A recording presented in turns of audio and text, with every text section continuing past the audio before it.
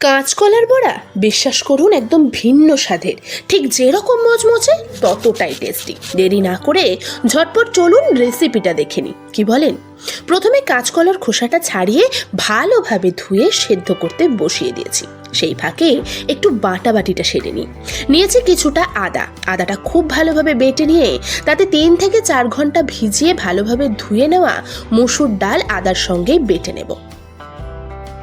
এবার একটা পাত্রে সিদ্ধ করা কাঁচকলাগুলোকে নিয়ে ভালো করে ম্যাশ করে নেব, বাংলা ভাষায় যেটাকে বলে চটকে নেওয়া।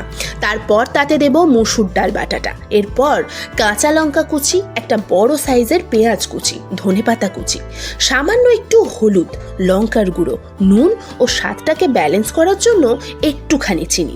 ঝালটা কিন্তু যে যার স্বাদ অনুযায়ী দেবে। এরপর খুব ভালোভাবে সমস্ত জিনিসটাকে একটু মেখে নেব। মাখামাখি শেষ। এবার কড়াইতে সাদা তেল গরম হতে বসিয়ে দিন। গরম হয়ে গেলেই একটা একটা করে বড়ার আকারে গড়ে তেলেতে ছেড়ে দিন।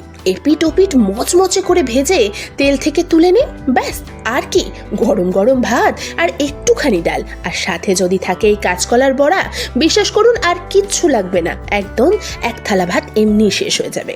মামামের তো খেতে দারুণ লাগলো। তো আপনারা দেরি কেন, ঝটপট বানিয়ে ফেলুন আর কমেন্ট করে জানান ঠিক কতটা ভালো লাগলো। ভিডিও ভালো লাগলে একটি লাইক, চ্যানেলে নতুন এলে দয়া করে একটা সাবস্ক্রাইব। Thank you.